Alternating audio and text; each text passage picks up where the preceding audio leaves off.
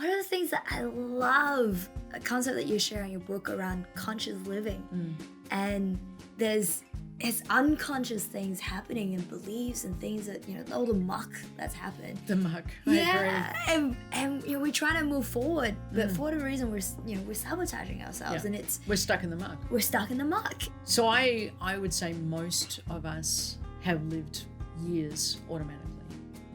Years getting up, getting ready the same way, going to work the same way, reacting the same way to people, getting defensive the same way, rejecting feedback the same way, and then thinking life somehow is going to be different. The first thing is, let's challenge our beliefs.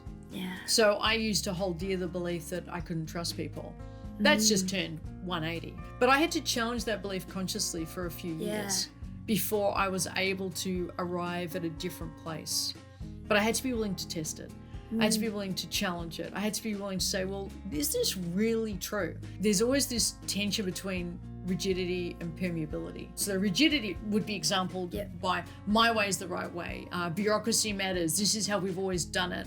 I'm right, you're wrong. There's black and white thinking. There's absolutism. Yes. There's a lot of conservative shutdownness. It's you don't cry in public, be a real man. It's those types of expressions. That's the narrative around rigidity. Then the opposite extreme in the dichotomy is the permeability. Some people have been raised where anything goes, where you're right simply because you're so special, because you're perfect in every single way, you don't have to change. Well, actually, you kind of do, because only your mother sees you that way. It's the permeability of that has to be torn down no matter what, even though we don't have a good answer. Or it's this very progressive, and I call myself progressive, but it's an extreme progressiveness where whatever was is bad. Yes. Whatever has been's got to go. Yes. How dare you tell me how to live my life? How dare you try to limit me? And both of them have anger and holding on really tight. And swimming in between is consciousness. Wherever you are, you will have a preference to what you just heard. There's nothing wrong with that.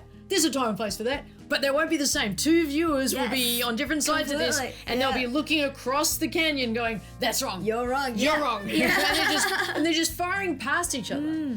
So that's the automatic. And we're all raised in one end of the dichotomy or the other. All of us are raised with more rigidity or more permeability. If it's making you happy, stay there. Not full. But if it's not making you happy, you don't have great relationships, you don't feel that life is for you and with you, what's to defend?